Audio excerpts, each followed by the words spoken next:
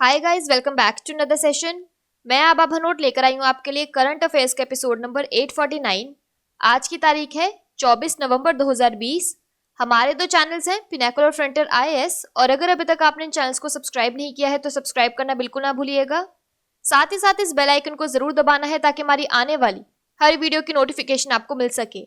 हमारी दो वेबसाइट्स हैं, sscglpinacle.com और baljeedhaka.com। इन दोनों को विजिट करना बिल्कुल ना भूलिएगा।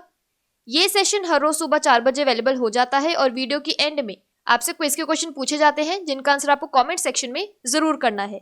साथ ही साथ हमारे दोनों टेलीग्राम हैंडल्स फ्रंटियर आईएएस और एसएससीजीएल पिनेकल ऑनलाइन को ज्वाइन जरूर करना है for daily videos, PDF and monthly magazine.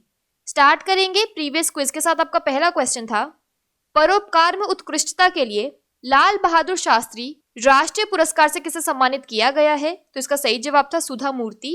और आपका दूसरा क्वेश्चन था, भारत का पहला मॉस गार्डन किस राज्य में विकसित किया गया है? तो इसका सही जवाब था उत्तराखंड। स्टार्ट करेंगे आज के सेशन के पहले क्वेश्चन के साथ। द्विपक्षीय समुद्री अभ्यास सिम्बेक्स हाल ही में किन दो देशों के बीच आयोजित किया गया है? तो इसका सही जवाब है ऑप्शन नंबर बी, भारत और सिंगापुर।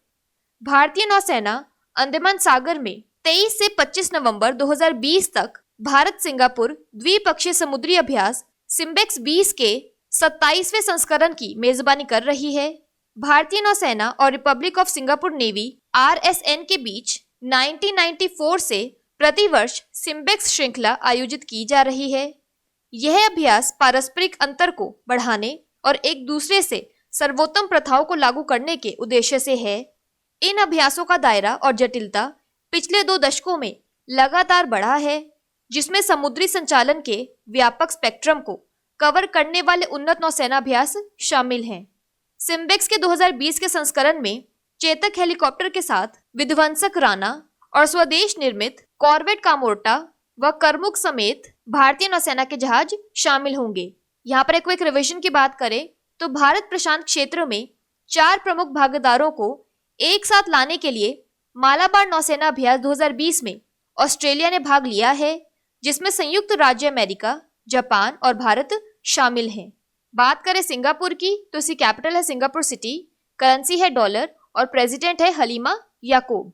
अगला प्रश्न है, भारत किस वर्ष में G20 शिखर सम्मेलन की मेजबानी करेगा? तो इसका सही जवाब है ऑप्शन नंबर सी, 2023।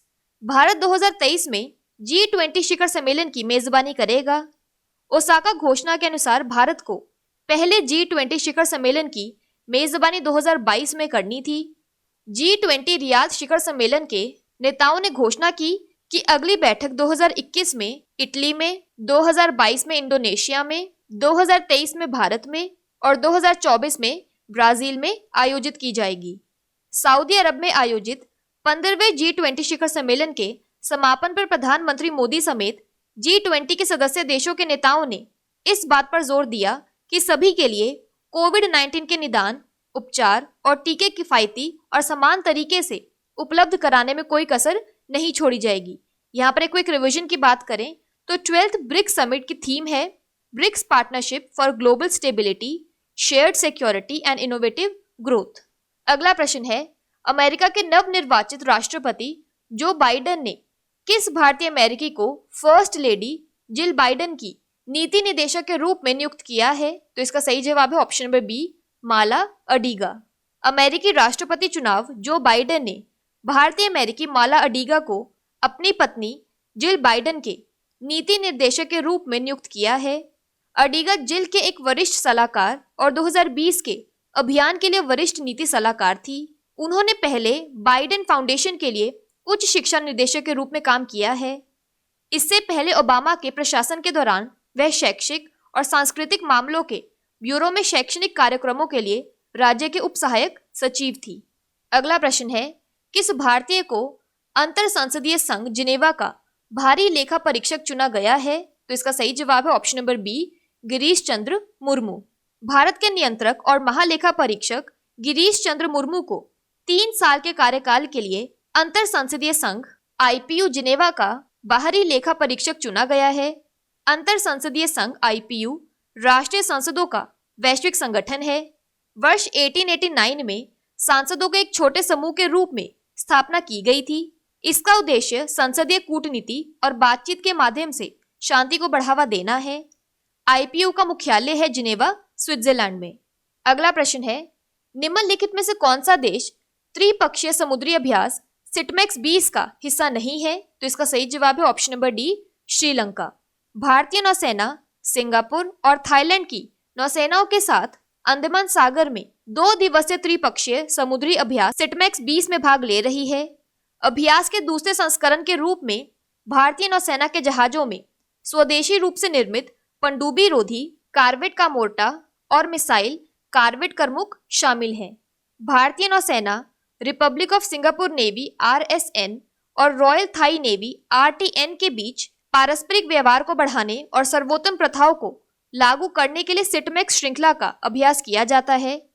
अभ्यास के 2020 संस्करण को रिपब्लिक ऑफ सिंगापुर नेवी द्वारा होस्ट किया जा रहा है। सिटमैक्स अभ्यास का पहला आयोजन सितंबर 2019 में पोर्ट ब्लेयर में किया गया था। बात करें थाईलैंड की तो इसकी कैपिटल है बैंकॉक और करेंसी है थाई बात। अगला प्रश्न है, 2020 के लिए व्यक्तिगत श्रेणी में संयुक्त राष्ट्र जनसंख्या पुरस्कार से किसे सम्मानित किया गया है? तो इसका सही जवाब है ऑप्शन नंबर बी, ग्यालियम संगे चोडेन वांगचुक। भूटान की रानी मदर ग्यालियम संगे चोडेन वांगचुक को संयुक्त राष्ट्र जनसंख्या पुरस्कार से सम्मानित किया गया है। यौन स्वास्थ्य पर काम करने और लैंगिक हिंसा को समाप्त करने के लिए उन्हें 2020 के लिए व्यक्तिगत श्रेणी में यह पुरस्कार प्रदान किया गया है। संगठनात्मक श्रेणी में यह अवार्ड हेल्पेज इंडिया को दिया गया है। 1981 में इस पुरस्कार की स्थापना के बाद से पिछले 4 दशकों में केवल 2 भारतीयों को सम्मानित किया गया है। 1983 में पूर्व प्रधानमंत्री इंदिरा गांधी और 1992 में उद्योगपति परोपकारी JRD टाटा। यहाँ पर एक क्विक रिवीजन की बात करें, एक भारतीय संगठन ग्लोबल हिमालयन एक्सपीडिशन ने कोविड महामारी के बीच जलवायु परिवर्तन से निपटने के प्रयासों के लिए संयुक्त राष्ट्रीय ग्लोबल क्लाइमेट एक्शन अवार्ड जीता है। अगला प्रश्न है, डोमिनिक थीम को हराकर लंदन में ATP फाइनल किसने जीता है? तो इसका सही जवाब है option number D, Daniil Medvedev. Daniil Medvedev ने ATP फाइनल लंदन में US Open champion Dominic Thiem को हराकर अपने करियर का सबसे बड़ा खिताब हासिल किया है।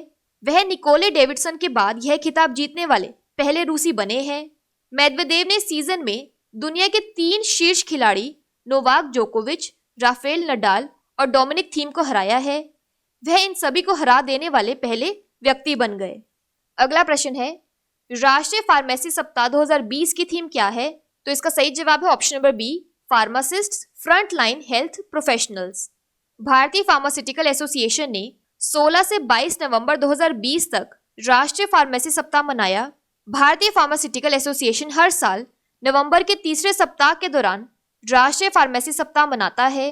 इस साल की थीम है pharmacist front line health professionals. यहाँ पर एक क्विक रिवीजन की बात करें तो विश्व फार्मासिस्ट दिवस 25 सितंबर को मनाया जाता है। अगला प्रश्न है, शेख ख्वाजा हुसैन जिन्हें लोकप्रिय रूप से देवी प्रिया के रूप में जाना जाता था का हाल ही में निधन हो गया। वे एक प्रसिद्ध डैश थे। तो इसका सही जवाब है ऑप्शन नंबर बी, कवि। जाने माने तेलुगु कवि और केंद्रीय साहित्य अकादमी पुरस्कार विजेता शेख ख्वाजा हुसैन जिन्हें लोकप्रिय रूप से देवी प्रिया के रूप में जाना जाता है का निधन हो गया। वह 69 वर्ष के थे। उन्होंने लोकप्रिय तेलुगु और अंग्रेजी दैनिकों के साथ एक पत्रकार के रूप में काम किया था। देवी प्रिया को उनकी पुस्तक गाली रंगू के लिए साहित्य अकादमी पुरस्कार 2017 मिला था। वह अपने राजनीतिक व्यंग्य कार्टून और कविता के लिए जाने जाते थे। अगला प्रश्न है, किस खेल निकाय के उच्च प्रदर्शन निदेशक वॉल्कर हेरमैन ने हाल ही में अपने पद से इस्तीफा दे दिया है? तो इसका सही जवाब है option number D, athletics federation of India. Athletics federation of India के high performance director Volker Herrmann ने हाल ही में अपने पद से इस्तीफा दे दिया। खेल मंत्रालय द्वारा उनका अनुबंध 2024 ओलंपिक के अंत तक बढ़ा दिया गया है। 2021 में स्थगित टोक्यो ओलंपिक के अंत तक कार्यकाल के लिए जर्मन को जून 2019 में पद पर नियुक्त किया गया था।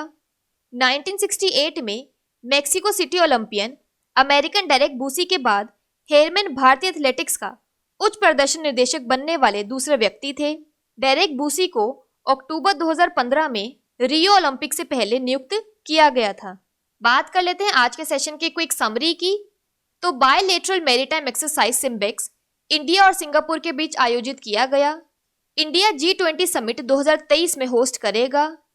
Indian American Mala Adiga first lady की पॉलिसी डायरेक्टर बनेंगी। इंटर पार्लियामेंट्री यूनियन जिनेवा के एक्सटर्नल ऑडिटर बने हैं Girish Chandra Murmu. Trilateral maritime exercise SITMEX 20 India, Singapore और थाईलैंड के बीच आयोजित की जाएगी। यूएन पॉपुलेशन अवार्ड ग्यालियम संगे चौडेन वांगचुक को दिया गया है। ATP finals London Daniel Medvedev ने जीता है। नेशनल फार्मेसी वीक 2020 की थीम है pharmacist frontline health professionals. Sheikh Khwaja Hussain एक पोएट थे। वॉल्कर हिरमेन ने एथलेटिक्स फेडरेशन ऑफ इंडिया के हाई परफॉर्मेंस डायरेक्टर के पोस्ट से इस्तीफा दे दिया है। बात कर लेते हैं आज के सेशन के क्विज फॉर द डे की। आपका पहला क्वेश्चन है, द्विपक्षीय समुद्री अभ्यास सिम्बेक्स हाल ही में किन दो देशों के बीच आयोजित किया गया है। और आपका दूसरा क्वेश्चन है, भारत किस वर्ष में G20 शिखर सम्मेलन की मेजबानी करेगा। और अगर अभी तक आपने हमारे चैनल को सब्सक्राइब नहीं किया है तो सब्सक्राइब करना बिल्कुल ना भूलिएगा। साथ ही साथ इस बेल आइकन को जरूर दबाना है ताकि हमारी आने वाली हर वीडियो की नोटिफिकेशन आपको मिल सके। हमारी दोनों वेबसाइट्स sscglpinnacle.com और baljidhaka.com को विजिट करना बिल्कुल ना भूलिएगा। साथ ही साथ हमारे दोनों टेलीग्राम हैंडल्स को ज्वाइन जरूर करना है। Thank you so much.